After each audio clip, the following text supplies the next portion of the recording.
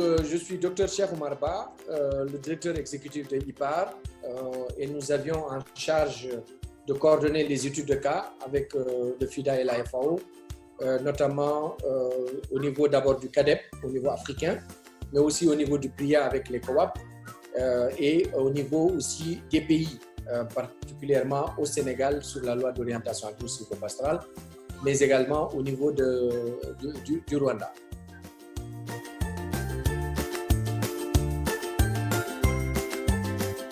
Ce qu'il faut noter, c'est qu'il y a la question du maintien de l'engagement politique dans un long terme,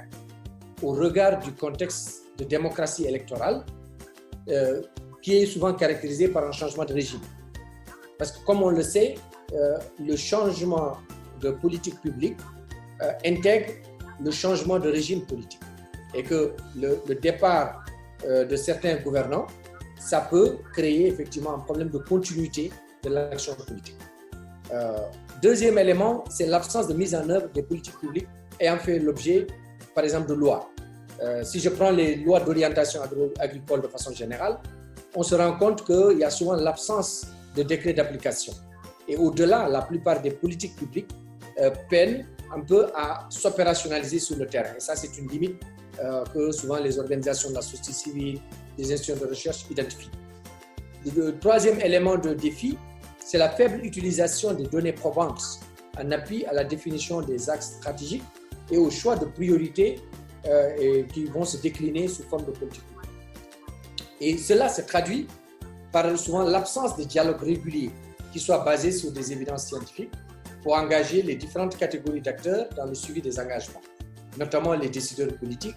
le secteur privé, les représentants des organisations paysannes et particulièrement dans le cadre de la décennie de l'agriculture, les exploitations familiales, les femmes et les jeunes. Bien sûr, dans ce contexte, le rôle des bailleurs de fonds est extrêmement important en termes d'appui financier parce qu'un des défis qui a été soulevé aussi, c'est le quatrième défi, c'est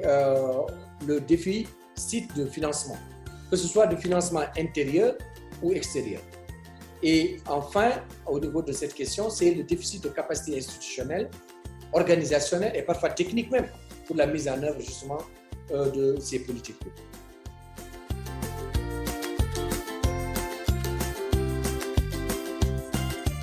La question est l'absence souvent effectivement de dialogue régulier, mais dialogue surtout basé sur des évidences comme je disais dans le défi. Donc pour le corriger, il faut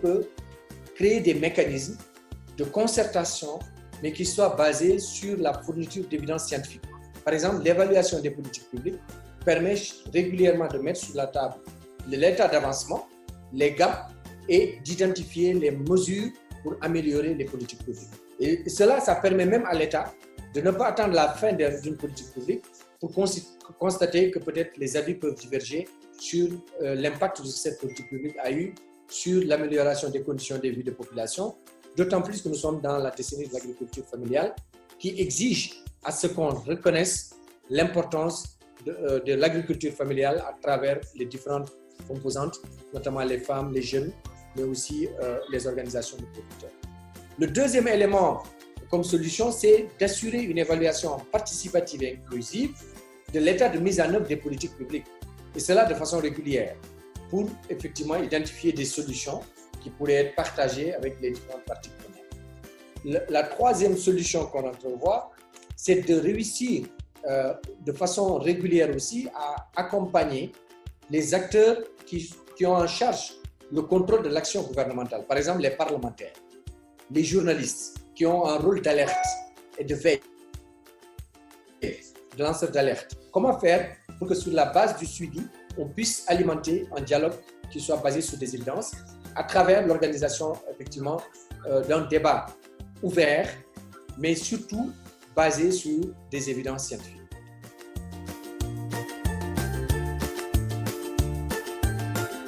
La première chose à faire à la fin de ces études de cas, c'est d'abord de les partager avec les ministères en charge des domaines concernés. Et dans ce cadre, cela permettra d'alimenter l'évaluation. Cette évaluation permettra d'alimenter l'élaboration de nouvelles politiques publiques, en tout cas de nouveaux cycles de politiques publiques. Si on prend l'exemple de certaines politiques, elles sont sous 20 ans, Donc aujourd'hui, il est intéressant de voir que ces politiques nécessairement dépassent l'action gouvernementale et donc doivent s'inscrire sur la durée et être portées par l'ensemble des acteurs. Deuxième élément, c'est d'appuyer le gouvernement, notamment les ministères en charge de ces politiques publiques, pour mettre en place un comité auprès de qui on pourrait restituer par exemple les études de cas, montrer les performances des États, à aider les États aussi à disposer des outils de suivi et surtout engager un dialogue ouvert,